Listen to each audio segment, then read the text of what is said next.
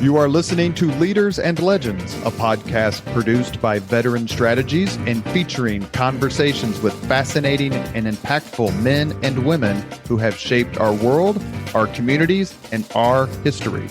My name is Robert Vane, Principal of Veteran Strategies, and your host for our discussion.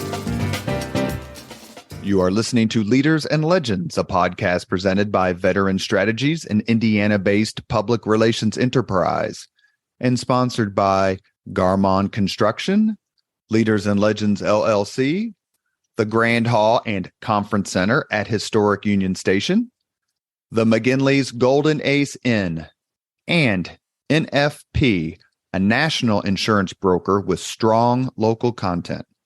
Our podcast is featured on the All Indiana Podcast Network in partnership with Wish TV. You may find Leaders and Legends at allindianapodcastnetwork.com. Thinking of starting a podcast or need to host a public meeting? Let Leaders and Legends LLC be your partner as you look for new ways to communicate your message. Please contact Chris Spangle or me at leadersandlegends.net. And as always, all our podcast interviews are dedicated to the legacy and generosity of P.E. McAllister. I couldn't be more thrilled to have a chance to hear this man's voice in a way that I get to ask him questions. And that's Don Fischer, the voice of IU football, IU basketball. He started in 1973. He's won, I think, every award that can be won, including Sportscaster of the Year, I believe. What is it, Bill Benner? 27 times? I believe this might be 28, the most recent.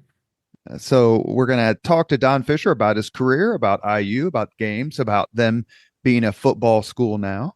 And we are absolutely thrilled to be joined by our friend, Hall of Famer, Bill Benner. Bill, you've known Fish for a long time, if I may call you that. Fish. Well, yeah. Take it away. I've known Don since he came on board. I was a young sports writer back in 1973 when Don was hired by, I believe it was WIRE. Is that right, Fish? That is correct, Bill. Yeah, WIRE, 1430 on your dial, and Don came to. Nobody really knew who this guy was, and let's with every good story, we should start at the beginning. So you were, I believe, in Terre Haute, perhaps at the time? Actually, I was in Ottawa, Illinois at the time. Okay. I left Terre Haute. I was in Terre Haute in 70, 71, and 72. Okay. And at the end of the football season in 72, the radio station I worked for, Dump Sports, had a new owner come in, and they wanted to do, and we did all our sports on the FM side, and he wanted to make it music intensive. At that time, that's when FMs were starting to go in the way of the music verdict, and obviously knocked out the sports at that station. So I called up an old boss of mine where I got my first sportscasting job in Ottawa, Illinois. And the next thing you know, he hires me to teach a high school kid that was doing their play-by-play. That's why he let me come back to Ottawa. And I became a salesman for them, and then did the play-by-play and helped this kid along in his career. And I don't think he ever got into radio, so that tells you how much I helped him. But at any rate, and then of course I was hunting all over the place because I didn't want to stay in Ottawa, Illinois. You don't get a sportscasting job in the fall or the winter because everybody's got their guy. So literally that's where it started. I was back in Ottawa in the spring of 73, and that job came open, and my old boss in Terre Haute called me up, and he said, "Did you apply for the IU job?" And I said, "I didn't know it was open." "What are you talking about?" He says, "Yeah, they've been advertising it in Broadcast Magazine." I said, "It must have been a closed box because I never saw it because I look at Broadcast Magazine every day." And he says, "Well, I know a guy." He says, "I know the station manager's name is Don Nelson." And he said, I'll call him and see if the job is still open because it's been there a while." So he calls him up, and about 10 minutes later, he calls me back and he says, "I got two words for you. One's good and one's bad." I said, "What's the bad?" He goes, "Well, there's 275 other guys that have applied for the job." And I said, "Oh, really?" I said, "What's the good?" He says, "The job's still open." So I applied, and lo and behold, I got an interview, and the next thing you know, I was the voice of IU. And who was it that interviewed you, Don? Don Nelson was the station manager at WIRE at the time, and Bill Robinson was the program director. And Bill was the morning guy on WIRE at that time. Of course, it was a country music station, and they were rivaling WIBC at the time, and they were the number 2 station in the marketplace when I got the gig as their sports director. And of course, a part of the job was become the play-by-play voice of IU. Fish, I can semi-relate. In 1973, I was covering high schools, and you were at Ottawa, Illinois. And then in 1974, the Pacers beat opened up, and all of a sudden I was covering Bobby Slickletter, the Indiana Pacers, and professional basketball. So it must have had been, obviously it was, an enormous transition. You're not only moving geographically, but up the ladder to a Big Ten school. I mean, that had to be daunting, but very, very much a wonderful opportunity at that time. Yeah, it was, Bill. It really was. And I was nervous as a cat on a hot tin roof the first game that I did. The first game was Lee Corso's first year there as the head coach, and my first game was Indiana against Illinois. So we opened the season with a conference ball game. Indiana got beat 28-14. I made 3 faux pas in the first half of the ball game that were really, really not very good. Because I was from Illinois, of course, and I'd been in Terre Haute for 2.5 years doing Indiana State. I wasn't paying much attention to IU at the time. I was really trying to work my way up the ladder with college football and through the Indiana State program and Rose Hallman and doing high school sports there and all kinds of things. So I wasn't paying any attention. And so I get the job for Indiana. Lee Corso's the first coach. He, of course, brings the team down that day on 2 red buses. You remember that, Bill? The double-decker buses, yeah. Sir, brought two loads of players down on those double-decker buses. Indiana runs out in the field behind him and he told everybody leading up to that ball game, if you remember this, Bill, you've got to be at the stadium at least an hour before the ball game. He says, we're going to put on a show you won't believe leading up to the kickoff. And, of course, everybody shows up, and they did have a sellout crowd for that ball game. And up until kickoff time, the team hadn't even shown up on the field. I mean, so all of a sudden you see these 2 buses coming down the hill. Of course, in that time, the end zones weren't enclosed, and they had a big hill at the top, and the red buses come down. He pops out of the first red bus, leads the team out on the field. Everybody goes crazy.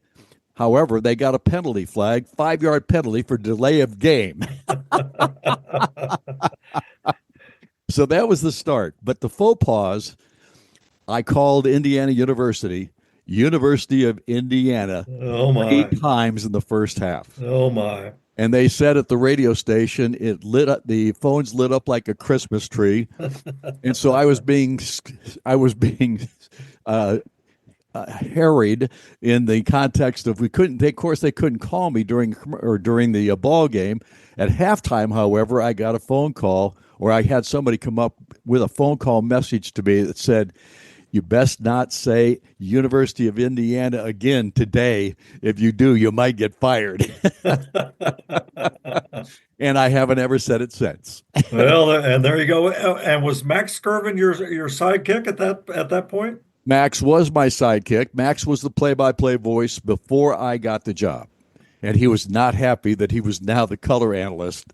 Max he had been with the Alumni Association and was the play-by-play voice of IU for their network at that time. And he was there for 6 seasons. And, of course, he did the Rose Bowl year and so on. So at any rate, Max was he wasn't pleased that I was the new play-by-play guy so much, but he did still have a job on the broadcasts because the university said, we want Max to be a part of the broadcast team, and so they made him the color analyst. So Max didn't tell me. Obviously he knew what I was saying was wrong, and he never did tell me at the beginning. So I'm assuming at that point he was thinking, maybe I can get this guy fired, get my job back. But that was, we had a great relationship. Max was my color analyst for 24 years after that, and it was just a ball that we had together. He was one of those stoic kind of people, and he was not a great analyst. He did a lot of statistics and things like that, but he knew everybody in the Big Ten, and so he helped me a lot through those years.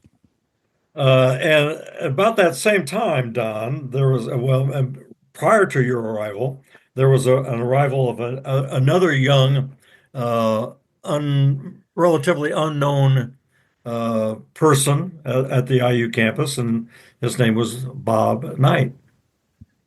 Yes, Coach Knight was my first year there was his third year at Indiana. Yeah. He had taken the Hoosiers to the NCAA Final Four the year before that, got beat by UCLA, and there was a controversial call made on Steve Downing and knocked him out of the ball game with a fifth foul. And I was actually in Champaign, Illinois, doing the Illinois high school basketball tournament that day that game was played, and we had 8 games in 2 days in Champaign in those days for the state championship in high school. And so I literally was in a sporting goods store between games and watching that game on television. Lo and behold, 6 months later, I would become the voice of Indiana University. But it was an amazing scenario in that sense alone. And here's the other thing, Bill. When in 1971, first year that the Assembly Hall was built, I got to come to the game with Notre Dame that year. Yeah. Indiana won 92-29. Right. Yeah. And Gary Novak played for LaSalle, Peru, 15 miles from where I was doing high school basketball for Ottawa. And I wanted to see Gary Novak play. And I can't even remember how I got tickets to that game, but I got 2 tickets for that game, and a guy named Steve Smith, who worked in Terre Haute with me. We both came over to that ball game, and I got to see that game, and it was the first time I'd ever been in Assembly Hall. Robert, I'll turn it. No. You keep going. I like this. I want. It's important because I was born in '67, so I remember the 75, 76 team, and then obviously that team, and then the year before they went 31-1. But it's I'm interested in how Fish got to IU and what IU was like when he was there, because you had Mark Spitz and Doc Councilman and I think wasn't it Jerry the soccer Jerry Yeagley. Yeah, Jerry Yeagley. So kind of what was IU like, in general? Well, I think the thing for me, and I didn't, at that time I was just a sports director at the radio station in Indianapolis. I didn't get down to Bloomington except for the ball games themselves. I didn't have time. I went to a couple of practices during those early years for Coach Knight, and I went to a football practice or two, but I just didn't have the time because I was a sports director of the radio station and had all kinds of duties morning and afternoon. But back in those days, there was an aura about Indiana athletics. Lee Corso was new, of course, and everybody expected him to be a star, and the football program is going to take off, and it never did under him, except for a couple of years. He had 2 winning seasons in 10 years as the head coach at IU before he got let go in '83, and then Sam Weiss came on board. But the big news at that point was Indiana basketball, and look, a lot of the popularity that I've had as a broadcaster came from the fact that Indiana was so good at basketball under Bob Knight. And I'm the first to tell you that some of those awards that I received in the early days were simply because Indiana was the most popular team in the state of Indiana at that point in time. And did Coach Knight remind you of that? He never did. He never made a point to say anything about any award that I ever won. Go ahead, Bill. Don, we're now more than, let me think, do my math here. More than 50 years out from the 76 team, the last unbeaten team in major college basketball history. I still remember your call, Scotty May jumping up and down at the end of that 76 game. I had the good fortune of being in Philadelphia, and John Banch wrote the lead. I got to write the sidebar for that championship game. But those 2 years, and Robert alluded to the previous year, when Indiana should have won the national championship had it not been for Scotty May's broken arm. And then again, the 75-76 team, unparalleled again to this time.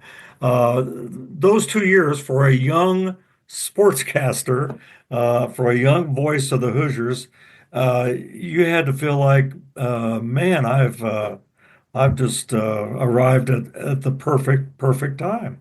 I was in the dream world, Bill. There's no question about it. It was so much fun to be a part of that. Coach Knight did a pregame show with us, but never did a talk show in those days. He certainly was not a part of that aspect of it. He didn't do a postgame either, thank God, because post games might have been a little tough every now and then, if you know what I mean. But he was good to me in the sense that he never turned me down. In other words, he would always do the pregame show, and he would make things tough every now and then. And if he was the best that he ever was in any ball game, preceding any ball game at a pregame show, was when there was nobody around and they had just lost the previous game.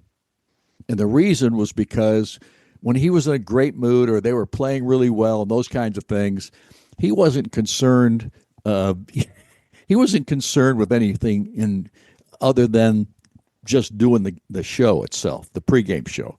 And those days, if he had somebody around, he was always trying to crack jokes and be funny and using real profane language at the outset of interviews, especially if there was somebody there he thought he could entertain. And he had always had these people around him that would be in the room, and then I'd have to sit there and go 3, 2, 1. Well, this is the Bob Knight pregame show, blah, blah, blah. And then I'd ask the first question, and the next thing out of his mouth would be expletive, let's do it again, that kind of thing. So we probably restarted almost every time that there was somebody in the room besides just himself and I. But it was fun. It was an enjoyable experience. It was tense at times, as you would imagine, because of his moods and those kinds of things. But there was nobody, and I say this to this day, I've never been a part or seen a better basketball coach at the college level than Bob Knight just coaching basketball. He was phenomenal. Well, and Fish, I couldn't agree. And I've said, of course, I became on the other side. When I came to my crossroads, I took the other path. But I've always said that if I had to have one coach to win one game, especially if I had inferior talent, and the 76 team did not have inferior talent. That's why they went unbeaten.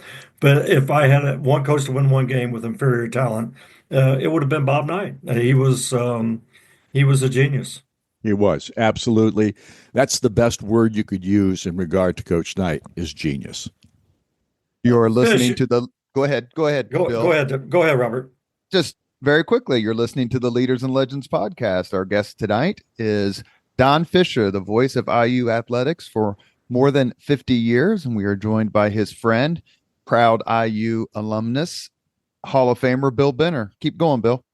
Well, and Don, again, we want to talk about football, especially recent football. Yes, sir. Be a lot, but your time with Knight, and again, there were good times and there were very challenging times, sir, where he did things that cast the university in a not so positive light, and that's being taken as high a road as I can. But you had to ride through all of that. You had to be a steady hand and a steady voice through all those highs and lows, including 2 more national championships, but other things that happened along the way. Well, there were a lot of things that did happen. The good news is when they went to Alaska that one year and they kicked off Tommy Baker and Don Cox off the team, and Roberson was on probation, and I think Mike Woodson was in trouble too, but he was a good player, so they didn't kick him off the team. And I'm not saying that Mike should have been kicked off. I'm just simply saying there was a lot of questions about who got kicked off and who did not get kicked off in that ball club. But that was, I think, 78, was it? I think it was 78, yeah. So at any rate, but all through those years, and there were different and challenging times with the coach. There's no question about that. But I don't believe in my memory that he did kick me out of the room a couple of times when I asked a question he didn't like, but then he would always have a manager come get me and we'd go back and do it again. Uh, there were times when it was just he was just not in a very good mood and things were not going well, and some of the controversies, especially at the end of his career, those were always difficult challenges because he wanted you to come in his behalf and say things that would point you in a direction that would say, well, Coach Knight didn't do that or didn't mean to do that or whatever the case may be. And, I'm sitting there in the middle of this thing and he's telling me what I should say. And every time he did that, I screwed it up. And he would be really fried that I did that. But I screwed it up on purpose because I didn't want people to think, well, Fischer is not objective at all in what he's talking about in this situation. And I knew if I screwed it up, Coach Knight would get off his, he would be mad and he would say a couple of things that he would let me know that he was not happy with it, but then he wouldn't pursue it any further. And that to me was a deep sigh of relief, if you know what I mean. Don, we have to talk about the two more championship teams. The '81 Sure. team, when he took the reins off that '81 team, uh, and again, the '76 team is still the gold standard of college basketball as far as I'm concerned. But that '81 team, when he loosened the reins, they hit that tournament. They embarrassed Maryland in the opener and just blew to the national championship. That '81 team was really, really special. They really were. There's no question about it, Bill. And I remember to this day what happened at just before halftime of that game against North Carolina. And Randy Whitman puts up a baseline jump shot to give Indiana its first lead. Randy Whitman, incidentally, is my all-time favorite Indiana player, not so much because he was the greatest player at Indiana, but because he was such a good player. And he was a guy that so seldom made mistakes. But on top of that, in those days, my early days in Indianapolis, we lived on the west side. And we went to a Lutheran church on the west side, Our Shepherd Lutheran. And Randy Whitman, his dad and mom, Bob and Shirley, and Randy was about 10 years old when I met him the first time. And I became friends with the Whitmans because they treated me and my family so well. And so even after we moved to the north side of Indianapolis a year later, we stayed friends with them through the years. And, of course, then Randy was starting to get recruited by IU. And when Randy got to Indiana, I said, I can't wait to see this guy play at the college level. And for 4 years, he was one of the best players on that basketball team. And if you look at his statistics today, they are remarkable because he shot in the mid-50s from the percentage perspective. He was a part of every good Indiana team in those days when they were winning and without some of the best players. Ted Kitchell was hurt one of those years. Randy was hurt one of those years. But they helped him. Randy helped them to a national championship in '81, not because he was the best player on the team, because Isaiah Thomas probably had that honor. But there's no question he was one of the keys to that ball club. I mentioned a coach, the best coach to win a game with perhaps inferior talent. And so we fast forward to '87. Mm-hmm. I will tell a quick personal story. I happened to be covering that. I was working, but it was well past deadline, and I was at a bar with some IU friends on Bourbon Street at about 2:30, quarter of three in the morning, and stumbling down the street, arm in arm, was Maryland's Lefty Driesell and UNLV's Jerry Tarkanian. And I thought to myself, if Coach Knight is still up at this hour, he's looking at game film. And then later that day, Indiana again beat UNLV at its own game. And then there was the great Keith Smart game winner against Syracuse in the championship game. But again, talk about that '87 team and what they were able to accomplish. Well, they were the least talented of all three national championship teams. There's no doubt. I mean, Steve Alford was great. There's no question about that. But Bob Knight recruited two junior college players, Keith Smart and Dean Garrett, that year, and both of them turned out to be terrific players for Indiana, along with the other players on that team. And obviously, the big man inside, and I'm spacing off the top of my head now, Thomas, was the postman. But Joe Hillman was a factor, too, coming off the bench for that ball club. And then the next year, and I don't want to go ahead and say the next season they were phenomenal, but in '88, he was the captain of that ball club, and he was 6'3", and he was guarding forwards on every other team that came in there because they were an undersized basketball team. And I still think to this day that Joe Hillman may have been the most underrated player that Indiana's ever had, simply because of what he accomplished. That's his final year at Indiana. He was tremendous in helping that basketball team to a Big Ten title. Don, and of course there was a guy named Steve Alford on that '87 team. He was pretty good too. Yeah, he was phenomenal. I mean, Steve was great all 4 years he was in Indiana. As a freshman coming off his freshman season, he makes the Olympic team. Of course, Bob Knight had something to do with that. But he factored into that Olympic championship that was won by the USA. And it was because he could flat shoot the basketball. And I'm not sure we've ever seen another player like him at Indiana since Steve graduated, because I've not seen anybody that was that great a shooter outside of Calbert Chaney, of course. And Calbert was tremendous. But Alford was special in the regard to how he could score the basketball. Bob Knight would say he couldn't guard anybody because he was slow and not that athletic. But he was relentless in trying to get himself open, and they tried to set him up to get him open. I haven't seen Indiana basketball do that since Steve Alford. I mean, if you watch the way Indiana plays today, Steve Alford couldn't play on that team because they don't do anything to get him open. And honestly, that's the way basketball has transcended at this point as far as the college game is concerned. One more Final Four in the Knight era in '92 in Minneapolis, lost in the semifinal to Duke, a very difficult defeat. And then things kind of,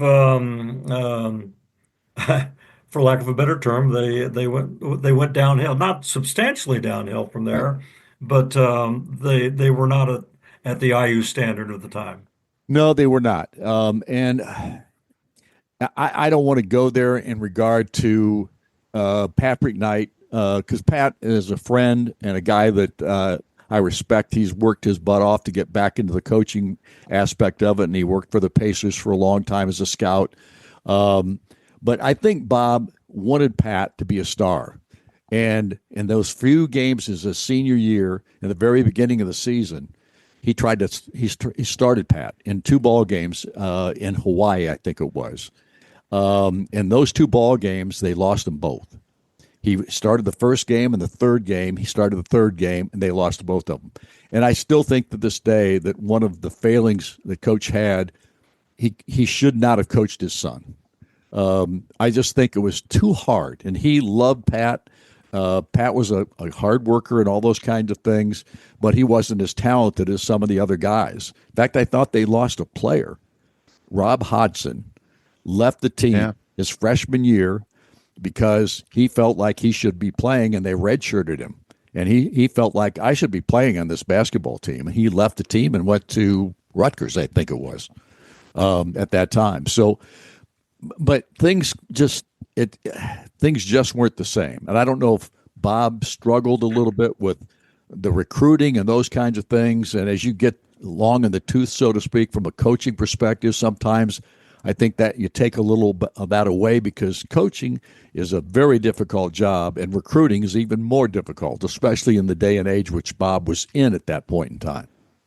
Don, where were you when you learned that Coach Knight was going to be dismissed as the IU coach? Well, I was at the press conference. Yeah. So I learned it there, but I knew it was going to happen. There were too many people that were talking, and that I knew it at Indiana, and they had made it pretty clear that he was not going to survive the whole thing. It was such a shame that it had to go down that way. I felt really bad for the coach, but then at the same time, I understood what the administration felt and the struggles that they were having with Bob at that time. That was not the only controversy, grabbing the kid and all that kind of stuff. That was not the only controversy that had taken place. They had 3 or 4 significant controversies that led up to that point. And the university, I think, had given him zero tolerance at some point. That was just 3 months before he got let go. Was it in May? I think it was in May at that year that they gave him the zero tolerance stuff, right? And then Right. I think he immediately, like the same week after they gave him zero tolerance, he went to Evansville, spoke at a quarterback club or something down there, and ripped the board of trustees and everybody else in his speech down there. So, it was going to happen. It's just a sad scenario that it took place. I feel bad about it for a lot of people, but at some point in time, you got to pull the plug if it's not working. So many facets to your career, and again, we could use this entire time to talk about Coach Knight. One more Final Four for IU after that, and then they have yet to find that magic formula. And now we've got Mike Woodson, and a lot of people are unhappy. But just your overall feelings as you sum up your longtime status as the voice of IU basketball. Well, I look at it this way, Bill. Nobody's been more blessed than me. I've been able to do something that I absolutely love to do. The only reason I got into this business is I wanted to be a guy that did play-by-play on radio. And those dreams came true from back in the late '60s when I started my radio career. Got my first job in Ottawa, Illinois, as a sportscaster. It was the worst play-by-play job you've ever heard in your life. Was my first game with a high school game between Ottawa High School and Morris High School, and could have gotten fired because I lied to get the job. Just to be honest with you, told him I'd done play-by-play in Butte, Montana, which was a complete fabrication. But I went after I got through with that first ball game. I waited an hour and a half to take the equipment back to the radio station because I didn't want to see anybody. And lo and behold, who's waiting for me when I got back there was the general manager. His name was Wally Porso. He was a very professorial type looking guy, and he was standing in the doorway, and the light was. All I could see was his silhouette in the doorway, and I thought, there's no way I could back out of here and get out of this parking lot. So I went in with the equipment, walked in the door, and he said, I thought you told me you'd done play-by-play before.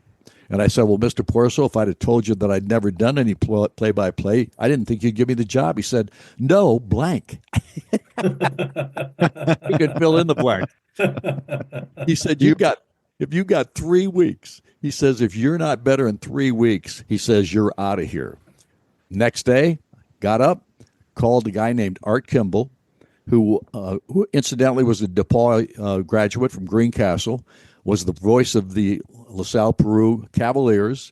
And I called him up and I said, you don't know me, Mr. Kimball. My name's Don Fischer. I just did my first play-by-play broadcast last night, and I sucked as bad as you could suck.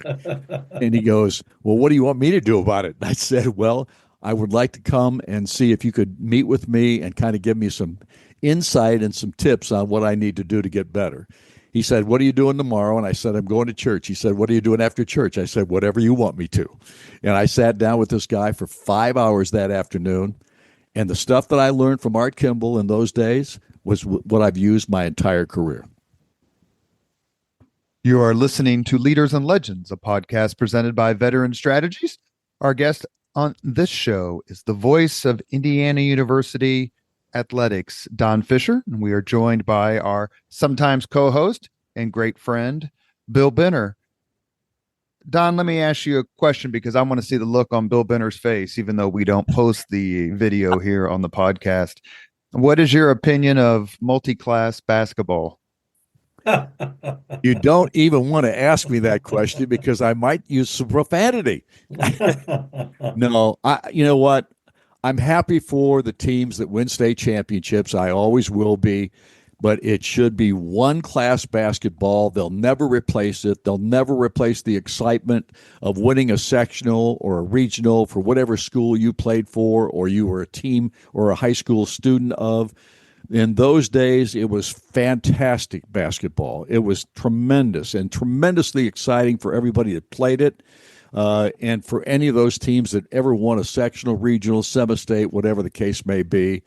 And it's never going to be the same. But, I am happy for all those teams that now have a chance to win a state championship, whatever class they may play in. But it's not the same as it used to be. And I'm an old man and I don't like it. Bill Benner, can I get an amen? An amen, an emphatic amen. Back in the days, for Farm School Center Grove, there was no bigger victory than beating the county seat, Franklin, in the sectional. Absolutely. So, yeah, that was. Don, ahead, you mentioned Robert. Yeah. you mentioned a few, and because Bill, I want you to end the broadcast talking about IU football. Because you know it so well, and you're a fervent supporter. You went out to UCLA, you went to Notre Dame for the playoffs. So I want to give you a chance to talk to Don about that. But as a kid growing up, you mentioned, as I recall at the beginning of the podcast, that you did some stuff at Indiana State. Is that correct, Don? Me? Yes. Yeah, I did 2.5 years there. Is the greatest what if in the history of Indiana basketball Larry Bird staying at IU? Oh, I don't think there's any question about that. I mean, Larry Bird is absolutely, without doubt, my favorite all-time basketball player from the state of Indiana, and there's one reason why, is because he was a guy that went to Indiana, and what would have been unbelievable. Think about who he would have played with back in those days. I mean, he would have played with Buckner and May and those guys, and what a team that would have been, just adding him to the mix in some way, shape, or form. And then the 77 team that went 14-13 was the actual record that year. That was after this championship year in 76. But with Larry Bird on that team, they might have been totally different type of ball club. And look, he is one of the greatest basketball players in the history of the game. Everybody talks about Larry Bird and his abilities without even mentioning that he was not a great athlete. I mean, he was phenomenal at what he was able to do, his instincts for the game, how he played, how he went about his business as a player. And then the trash talking, which you can look up on YouTube and everything else. You can look up on that kind of stuff and see all the stuff that he was able to trash talk these guys with. And they all loved him because he was the best trash talker they had ever been around. So he was just a phenomenal guy. And then on top of that, my wife worked for him for 3 years when he was the president of the Pacers, loved him to death. And we have been friends with them through the years as well. So it's just an honor to be a part of his life in any way, shape, or form, if you know what I mean. I just posted a podcast this week. Actually, I shouldn't say that. The week of January 27th with Jackie McMullen. She came on the podcast to discuss her book about with Bird and Magic. And she was terrific. And some of her Bird stories, a couple of them I'd never heard before, which is shocking because, as Indiana kids, we just devour all things Bird. Which movie is more faithfully indicative of Indiana, Hoosiers or Breaking Away? Gosh, I'm not a bicycle guy, so I'd say Hoosiers easily.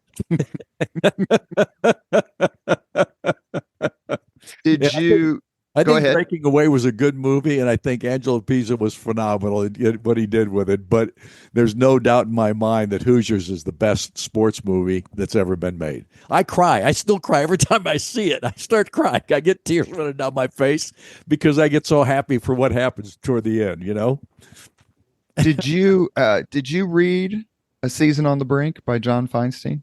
I did read The Season on the Brink by John Feinstein, and it was all true. Were you surprised that Coach Knight allowed this access, this author to be able, for me, the worst part is the fact that Season on the Brink came out for the 85-86 season. Really wish it would have been 86-87 when they won the national championship. Then Bob Knight, His Own Man, the book by the Professor Joan something, came out the year following the national championship. And I wish it had been in 89 when they won the Big Ten, when everyone thought they were going to be terrible. And they had those three teams. That was Syracuse, North Carolina, and maybe Kentucky all scored 100 points on them early in the year. And they thought 89 was going to be a lost year before the big recruiting class came in. But what did you think of A Season on the Brink? And what did you think of Feinstein's treatment of Knight?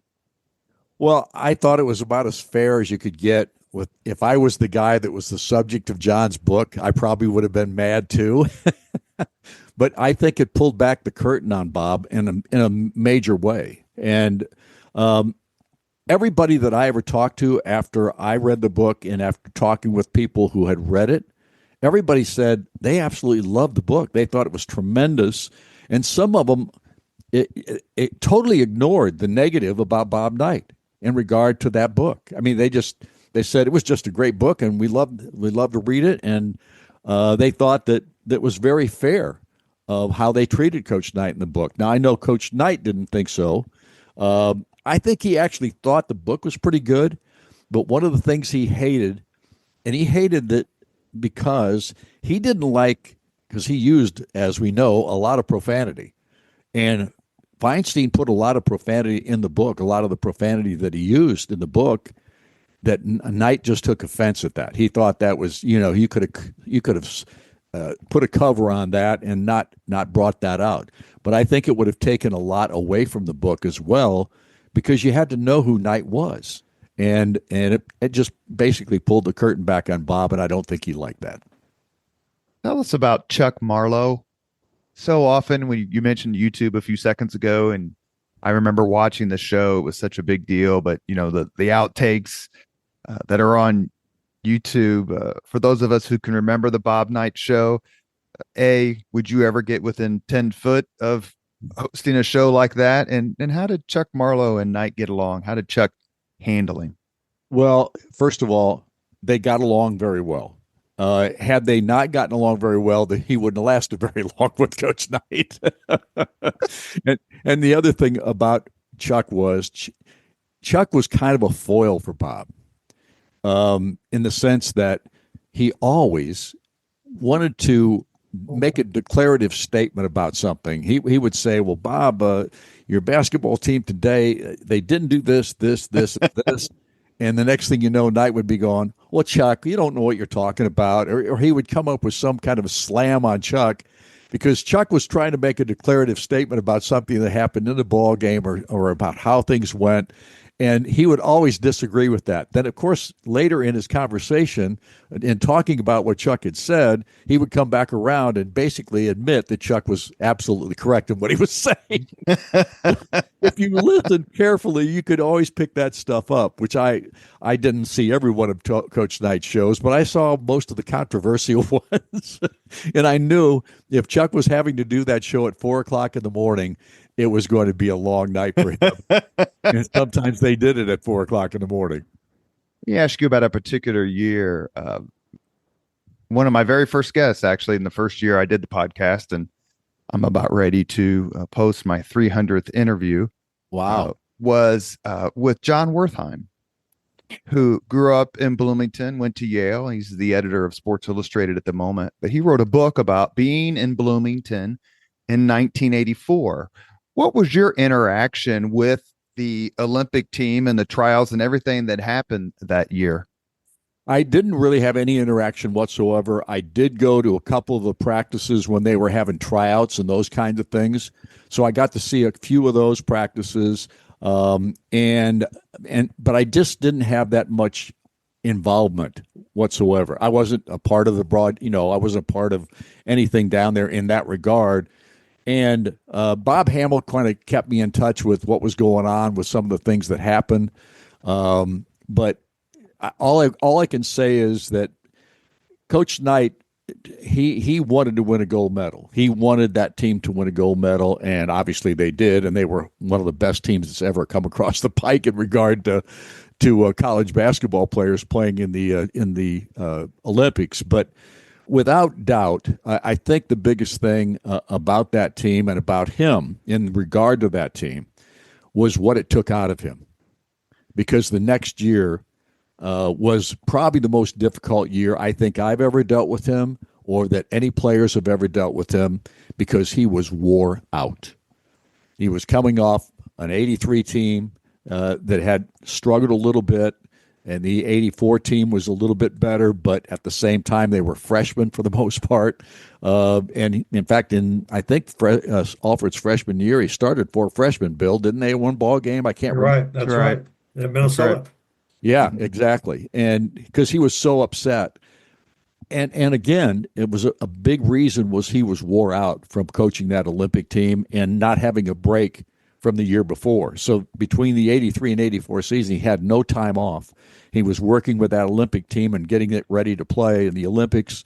And then he came right back home. He had about 2 weeks, and then he started practice for the basketball team for the next year. So he was absolutely wore out, and he was not a fun guy to be around most of that season. And it was a particularly difficult year for a sports writer from the Indianapolis Star. You mentioned, Bill, I know the story, and we talked about it. I think Bill Benner was my 3rd or 4th interview on the podcast back in 2019. But you mentioned the crossroads, Bill. Just take a couple minutes and say that you went to IU. You're the biggest IU homer I know. You love your school.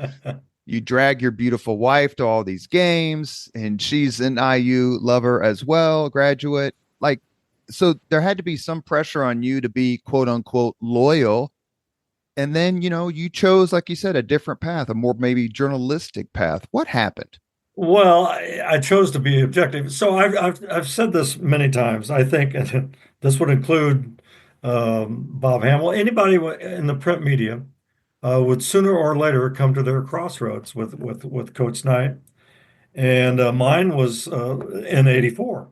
I came down to I came to Assembly Hall. It was a Sunday afternoon game against Michigan State, and Kit Klingelhofer, who was the assistant sports information director at the time, said, "I need to talk to you." And I said, "Well, talk away." And he said, "Well, I got a message from Coach Knight." And I said, "Well, he's always been pretty good at delivering his messages personally, but what's up?" He says, "Well, he thinks you've changed your tone and tenor in covering the team, and I just got a couple of things to tell you that he wants to pass along." I said, "Okay, what's that?" He said, "Well, if you don't come around, uh, he's going to be less kind to you." And I said, "Well, I think we're already there." And he said, and then he also said, are you going to cover the Olympic trials?" And I said, "Yeah." And he said, "Well, he said he's going to do his best to make the Olympics coverage difficult for you." And I said, "Well, that'll be up to USA Basketball. That won't be up to him." So, but from that point on, every interaction I had with Coach in a post-game press conference was difficult. Often he would insult me. One time he came in and poured a Coke all over my notebook, and things just deteriorated. And then, as Fish mentioned, the '84-'85 season came. He threw the chair. I was highly critical, and it just kind of deteriorated from there. But I chose to honor my profession and to honor to be as objective as I could in covering IU. Purdue had a coach at the time named Gene Cady. And that was during the Knight Cady rivalry. Nothing ever, ever, ever will surpass that You're right. during those times. I agree. But I became known as Boilermaker Bill to some people. And That had to just be awful, Bill, to get that nickname of all people. It was because I covered, Purdue was doing well. Katie finished 21-20 all time versus Knight, and there was a great rivalry. And so anyway, if I had to do it all over again, I would have taken the same path, but I probably would have mustered the gumption to try to get together, and I actually did a couple of times, try to get together with Coach Knight and see what we could do to move forward on a professional basis. But at some point, it just wasn't going to happen. So I moved on. Don, did you ever feel like you had that fork in the road moment? Oh gosh, maybe every pregame show.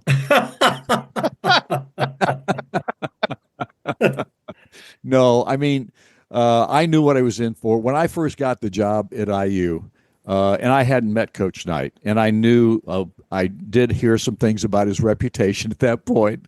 And Max Skirvin was my color guy, so I hadn't met Coach Knight. We went to the Columbia Club. He had a speaking engagement there at the tip-off luncheon, as they used to call it, and it was in the Columbia Club.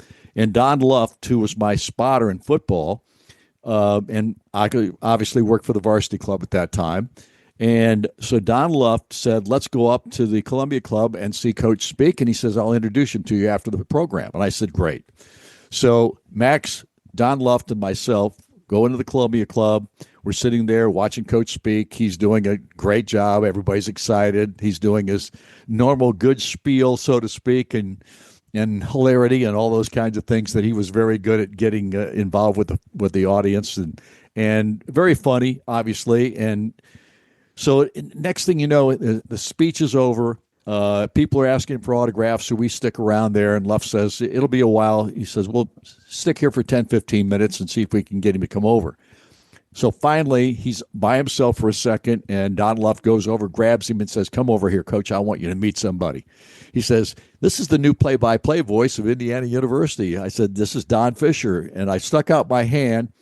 He shook my hand, but he looks away from me. He looks over at Max Skirvin, lets go of my hand, puts his arm around Max, and they walk off together. Oh, wow. And I went, well, I think I just found out what my place is.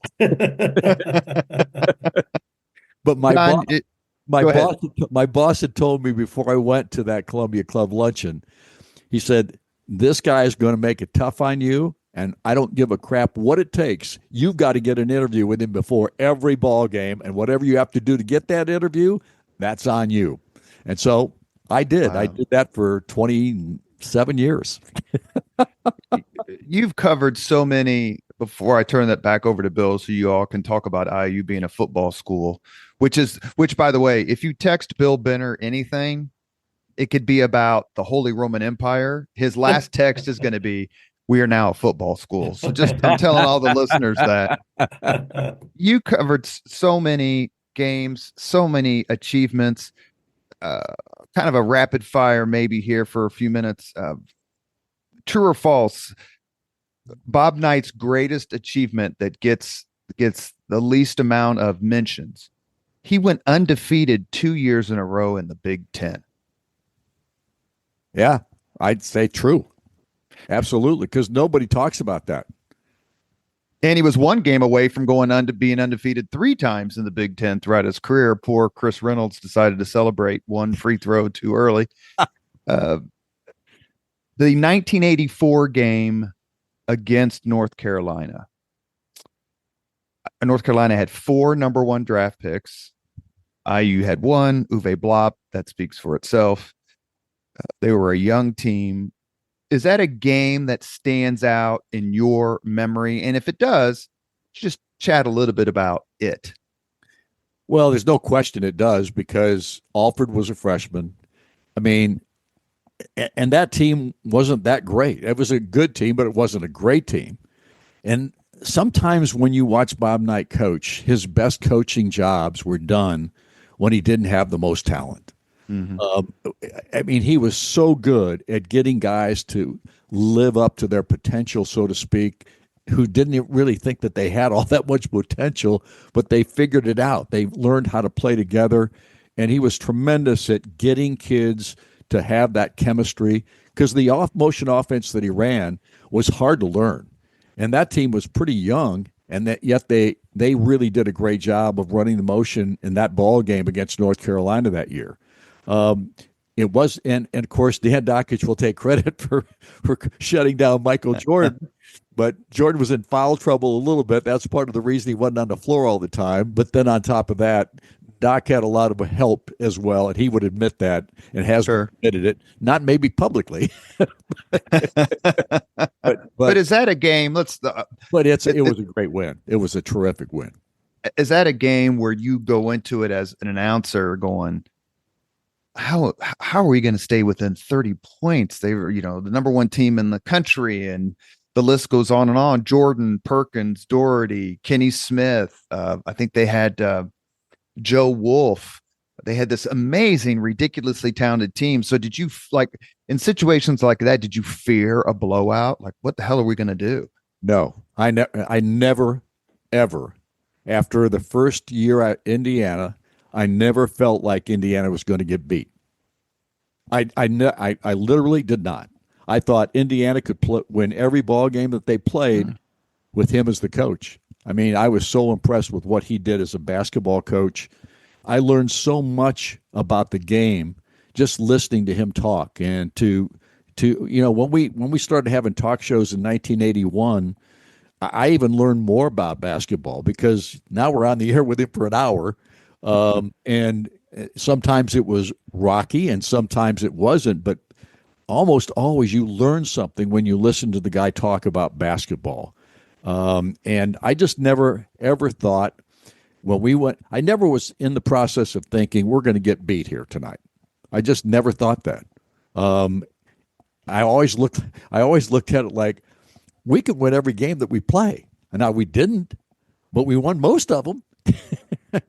I mean, think about it. All those years and what he did as a basketball coach, and most of the time he didn't have the same talent level as most of the teams they played against. Now, he did in 76 and certainly in 75, and obviously in 81 they had a great ball club, but in 1987 they didn't, and they won the national championship, and that was just an okay team as far as talent was concerned. Agree or disagree? The victory over UNLV, like 97-93, I think, that victory is more impressive than the win over Syracuse 2 nights later. I'm sorry, what was the year again? So in 1987, they beat number one ranked UNLV. I think it was 97-93, Bill, or something like that. Beat them in their own game. Beat them at their own game. That's a more impressive win than what happened 2 nights later. Absolutely. I thought UNLV was the best team in the country that year, based on everything we saw. We saw them play a few times. We also knew what they were capable of from an athletic standpoint. They weren't they, Bill? They were one of the best athletic teams you've ever seen. Absolutely, yeah. And they flat ran the ball up and down the floor like nobody we had seen previously. And what did Knight do? He ran with them and beat him at their own game. It was the most amazing win, I think. One of the most amazing wins I think he ever coached. True or false? The Mike Davis era at IU should be considered a success. True. How do you become the guy that takes over for a legend? And you take over and you've never had a head coaching job before. And Mike Davis, and I'm a little not objective about Mike Davis because I like the man tremendously. I thought he was a great person. I don't think he ever lied about anything in his life.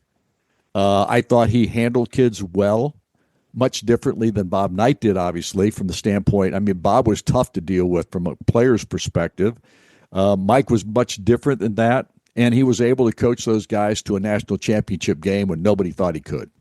In that first year after he took over for Coach Knight, they won 21 games that year.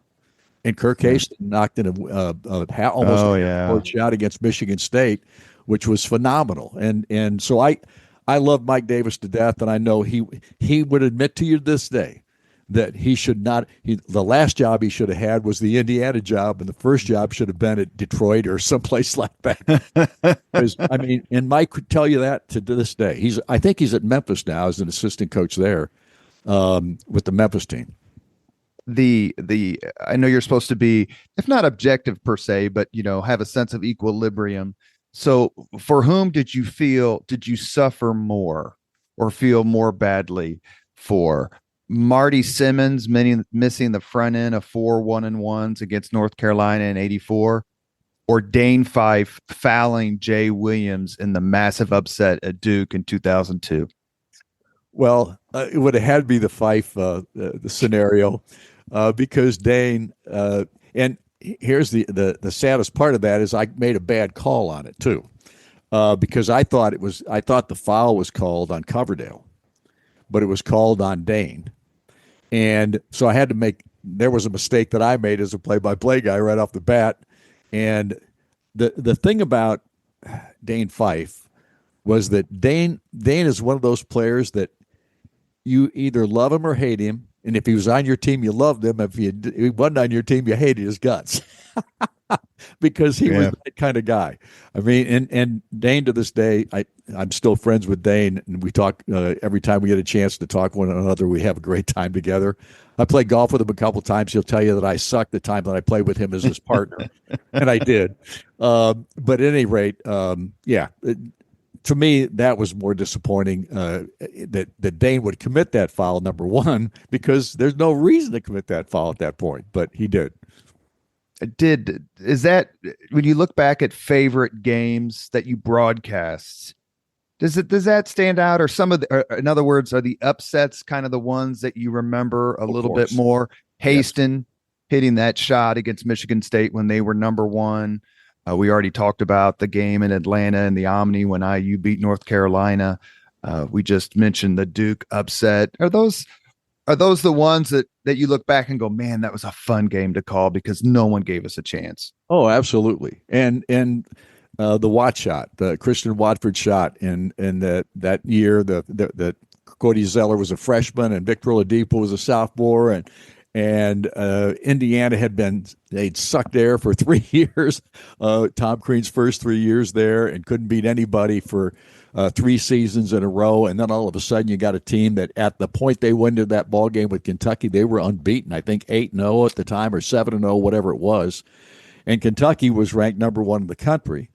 And Indiana beats them on a last-second shot by Christian Watford. And most people didn't think that Indiana could win that ball game. And they just played tremendous in that contest. And, of course, that crowd was absolutely phenomenal that night. And then that crowd went absolutely berserk at the end of the game when Watt hit the shot. And, I mean, it just spilled out from everywhere. A gal that just passed away, Susie Gregory from Columbus, Indiana, who is a big fan of mine and of IU, sent me an abstract picture of the crowd that night after Indiana had won that ball game, because there wasn't an empty space on the floor, any place in that ballpark, and the players had to stand on the scorer's bench to get away from some of the crowd, but they were also waving and having a great time as well. But it was one of the most explosive scenes I've ever been a part of, and it was so much fun. Is that taking away the 76, 81, 87 national championships? Is that, not to put words in your mouth, but is that your favorite game, or do you have a favorite game you called in the hall? No, not really. I mean, that was certainly one of them. Jay Edwards hit that beautiful shot against Michigan in '89. He hit 3 shots in 3 ball games in a row in Assembly Hall that year. 2 one ball games, and the other one got beat by Nick Anderson, who put in about a 35-foot shot at the horn that beat Indiana after Jay had already made a shot that was incredible to give Indiana the lead. And obviously I think there were 7 or 6 or 7 seconds left, and they threw the ball down to Anderson, and he turns around and flips it up the basket, and it went down. So, no, there's so many games like that, and there's so many great games that you don't think about until we're in a conversation like this. You know what I mean? Well, the Nick Anderson shot I was in the Army, and my roommate was from Illinois. So let me just tell you how that went. As a matter of fact, I think he texted me about it literally like a month ago and said, "Are you over it?" I can't believe you didn't hit him. Last question for me before I turn it over to Bill to talk football. I just want to ask about Assembly Hall. We just a couple of weeks ago, or was it last week, a women's basketball coach just went on and on and on about the atmosphere at Assembly Hall. Men's basketball, women's basketball, everything. obviously for your career, how does Assembly Hall compare to other venues, and how much of a home court advantage is it? Does it intimidate teams? It used to. I'm not sure it does anymore. I apologize to say that, but it's the truth.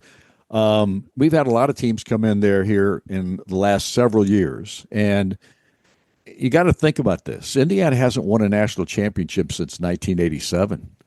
And we've had only one other team that got to a Final Four, and that team got in the championship game, and that was in 2002. I mean, obviously, the 92 team got to the Final Four, but got beat by Duke in a controversial ball game. Mark Patrick is still mad about the tech call from Ted Valentine, because he was on my podcast about 6 months ago, and I asked him about it, and the look on his face was one of torture about how bad it was. It was terrible.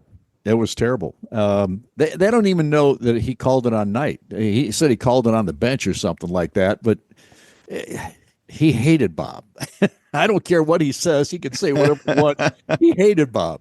And think about this. Was trying to remember when Coach got kicked out of the ball game when we played Illinois. I think it was Illinois. And the injury on the court.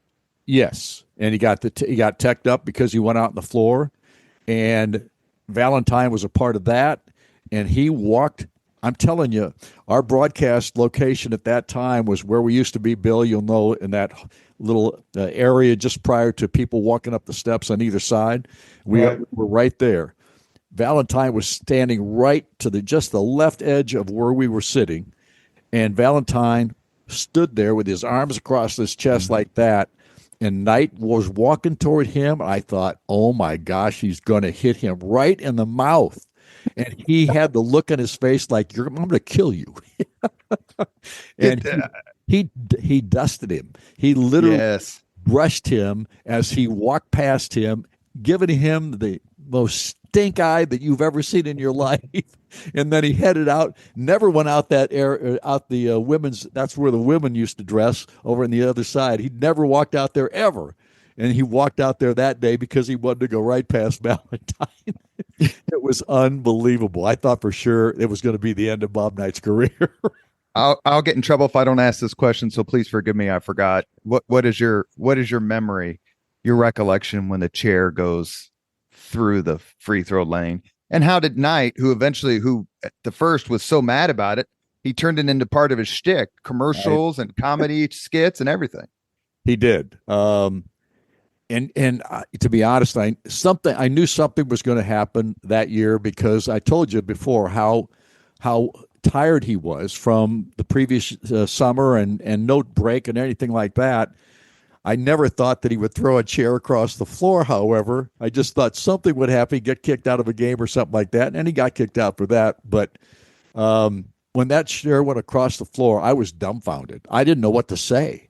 And I was literally, it was probably 5 or 6 seconds went by before I said anything, and I went, I think that's unbelievable. I said, Coach Knight just threw a chair across the floor. And was it Fred Jaspers? I think it was Fred Jaspers who booted him. I think he was the guy that teed him up for both those in that situation. But, man, what a mess it was. And here's the other thing. I've been a part of all those messes. For all these years, I've been a part of so many messes. It's unbelievable. It's you know what?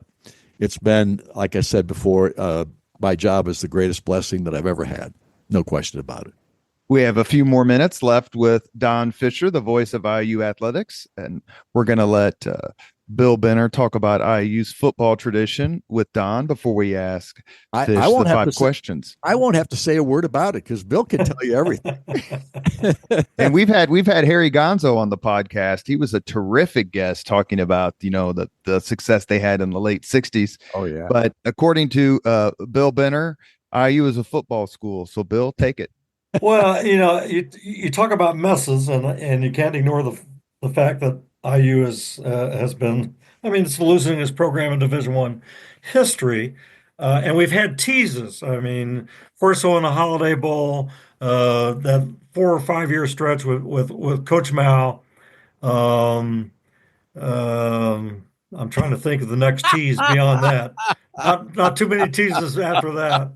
But then we get to this year. I had I was able to host Coach Segnetti at Big Ten Football Media Day at Lucas Oil Stadium, and so I spent 8 hours with the guy, and I came home that night, and Sherry said, "So what do you think?" And I said, "Well, this guy's got the most moxie that of anybody that I've ever encountered. But if he doesn't back it up, it's going to be awful." And then lo and behold, they're 10-0, and I mean, magic unfolded, and they end up, being in the college football playoff and top 10 ranking. Uh, but so for all of us, and again, when I left the Indianapolis Star, I bought season tickets because for whatever reason, I've always been a greater IU football fan than basketball. And so we've gone down there so many times. And on our way back, somewhere between Bloomington and Martinsville, Sherry will turn to me and say, "Why do we do this?" And I would just kind of shake my head. In fact, there have been many times, Don, when I couldn't listen to your post game show because I didn't want to hear about it anymore. But I understand. I do. but this year, again, I went to 12 of the 13 games. The only one I missed was Ohio State. And but this year was just and this guy and this program, and we have to see if it's not just another tease. I don't think it is, but we'll see in the new world of the portal. But for all of the games, you said you always went to IU basketball thinking we can win this game. Yep. I got to believe that wasn't always your feeling with IU football. Well, Bill, why would you think that? Here's the thing, Bill. Yeah, talk about it, Don. Here's the thing. My first 10 years were with Lee Corso. His first 3 years there, they won 5 games. 5. Now, DiNardo was really bad when he was at Indiana. He won 8. Yeah. That's how bad Corso's first 3 years were. And from that point forward, obviously they got a little bit better through those years, but they only had 2 winning seasons under Lee. Obviously, the one in 79 was spectacular, and it was the most fun I had broadcasting up to that point, college football, because that team was really good. Tim Clifford was the quarterback, Lonnie Johnson, and so many other guys in that football team. Tim Clifford was one of the best defensive backs ever, and a guy. Tim Wilbur. What did I say? Yeah. Anyway, Tim Wilbur was phenomenal. I think he was just a sophomore in that ball club, and without question, it was so much fun to be a part of a winning football team for a change, because Indiana hadn't had a winning season up to that point. And then he has a mediocre season the next year. They don't go to a bowl game. Of course, there weren't that many bowl games in that era. If you remember, Bill, there were only Rose Bowl and the other big ones, the Orange and Sugar and all those, but you could only go to one. And a Holiday Bowl came into existence, and Indiana got to go to it, which, gave that 79 team the opportunity, and they took advantage of it and won. But from a football perspective, aside from the Bill Mowry era, we have not had anything significant since then. Bill got fired in 96. His last winning team was in 94. You know how many times we've won? How many times we've had a winning season since then? 4. 2007, when Bill Lynch took over for Terry Hepner, and I believe this, Bill, to this day. I think if Terry Hepner would not have had a brain cancer and died, I think he would have turned the program around. I absolutely concur. Yeah, I just think he was a Pied Piper type guy from a recruiting standpoint. He had the personality. He loved Indiana University. He wanted that to be his last job. and he was going to make that a winner. And I truly believe that it would have happened, but it didn't. The good news is that Bill Lynch took over on an interim basis that last year. Obviously, he was not named the head coach, but they gave him the interim position as the head coach, and Bill won that season and went to the Insight Bowl. And then following that, we had how many winning seasons after that? We had two. Two under Tom Allen. Yeah, that's right. That's right. 6-2 and 8-4. Those 2 seasons, 19 and 20. And obviously that's it. That's all Indiana's had all those years. 3 winning seasons since 94. And Curt Cignetti comes around, tells everybody, I don't take a backseat to anybody. And Purdue sucks, and so does Michigan and Ohio State. And I laughed. I literally, on the air, I'm laughing. I'm saying, I've never heard anything like that before, and I love it. And he backed every ounce of what he set up, and it was one of the best. It was the most fun season I've ever been a part of, and I've been a part of a few. And without question, this guy can flat coach. I went to 10 of his 13 practices in the spring that year before his first football game. And I watched him just because I wanted to see what he did, because I heard that he had his own philosophy. He had a unique system. And everything that he did in those 10, 13 practices convinced me we were going to have a winning season. And I started telling everybody we're going to win at Indiana. And by God, we won, and we went 11-1 the first time that man took a team from Indiana to a college football playoff game. Can you believe that? I mean, that is unbelievable. No, and the two teams he lost to played for the national championship. Correct. And that makes us third in the country. That's Bill Benner math right there. Bill, I'll ask you both this question real quick before we get to the 5 questions and we let Don Fischer go. Bill, do you have a all-time IU starting 5? Starting 5? In basketball? In basketball? Mm-hmm. Well, Don, you ask about Assembly Hall being intimidating. What was intimidating was Buckner and Wilkerson in the backcourt. You're right. That was intimidating. Yep. Isaiah Thomas has to be on that list. Landon Turner would have been on the list had he not gotten injured. Right. Yep. I believe. Fish talked about Randy Whitman. You know, I always loved Alford. He was the Newcastle kid. I always loved Alford. I'm naming mostly guards. Benson was a great pivot man. Tolbert, Ray Tolbert. He's my favorite player. He came on the podcast, Don. Ray Tolbert did. Did he? He did. He was so sweet. Such a tremendous guy. You know, he's doing wonderful work up there at his church, but Big Play Ray was always my number one favorite IU player. I always called every time he dunked that I went slam jam. Because he was one of the hardest dunkers I've ever seen. Every time he dunked the ball, it was rattling the upper deck or the basket itself. It was just rocking almost every time he dunked it. It was phenomenal. But I'll tell you, another player that you got to throw into that top 5 is Calvert Chaney. Yeah, oh yeah. Well, and Fish, I would say Mike Woodson. I mean, yep. Woody was the bank shot. He was the all-time bank shot king. Well, he scored 48 points in Champaign. Champaign to beat them that night back in 79. It was a phenomenal performance. And then in 80, he has back surgery in the middle of the season and comes back from the back surgery. And in the last, I think, 5 games or 6 games of the season, they end up winning the Big Ten championship. Well, and I covered the game at Iowa, his comeback game at Iowa, and it was like he'd never been out. Exactly. I mean, he was a great basketball player. There's no question about it. Yeah. Everybody, you know, we always forget Scott May, because Scott May was unbelievably good. He was one of the best baseline 15-foot jump shooters I've ever seen. I don't think he hardly ever missed a 15-foot jump shot.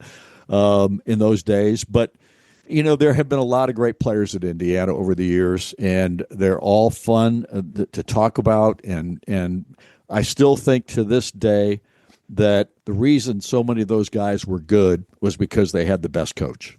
I really believe that. We've reached the point in the Leaders and Legends podcast where we ask the same 5 questions of all of our guests.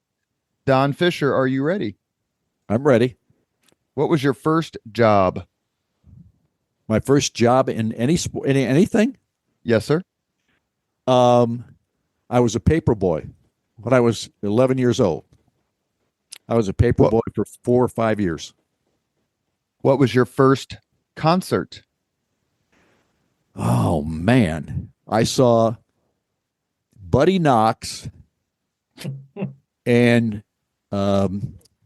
Gene Vincent at the Hub Theater in Rochelle, Illinois, when we were 13 years old. That's about as unique an answer as we're going to get, I think. You're not going to get it any more unique than that one. I can tell you that right now. I did have a historian from England. I asked her what her first concert was, and she kind of blushed. I'm like, "What's the matter?" And she goes, "I saw the Beatles in a pub in 1961. That was my first concert." Wow. Bill, what was your first concert? Since you've been to so many. Herman's Hermits and the Hollies at the Fairgrounds Coliseum, 1965. Hollies. Yeah. He ain't heavy. He's my brother. Number 3, if you could suggest any book for someone to read, which book would you recommend? You're talking almost to a high school dropout, right? I mean, I read a lot of books. If any book, here's what I would tell you. Any book by Lee Child about Jack Reacher. How's that? Works for me. Total Number 4, if you could witness any event in history, be there in person as it happens, which event would you choose? Any event in history. I would gosh, this is hard to say. It's not hard to say. It's just that this is what I think. I'd choose to be at Christ's crucifixion. That's a popular one. The Really? crucifixion, the Sermon on the Mount, and the resurrection. The 3 of those are probably the most popular answers. Wow, I didn't know that. Last question. If you could have dinner with anyone living today, 2 hours off the record just to chat, whom would you choose? Donald Trump. You have been listening to Leaders and Legends, a podcast sponsored by Veteran Strategies, an Indiana-based public relations enterprise. As always, all our podcast interviews are dedicated to the legacy and generosity of P.E. McAllister, our great friend. Thank you, Bill Benner, for joining us. You make all of our podcasts so much better when you decide to join, so thank you. Thank you, Robert. And I just want to give thanks to Don's lovely wife, Susie. And I want to thank Don personally for his friendship and compassion to my brother David. Don's was a really good friend of David, and I'll never forget that. Thank you, Don. We miss him. We do miss David. We miss David so much. I mean, he was such a great guy, and we had so many fun times together. And we went to Ireland together, Scotland together.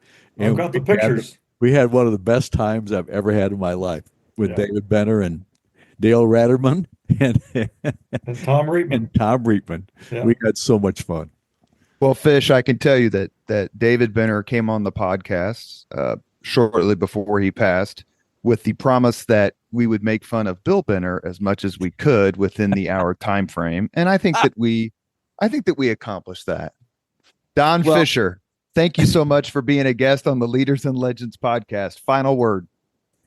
Robert, thank you so much for having me. I enjoyed it immensely. I don't think we went past, 2 hours?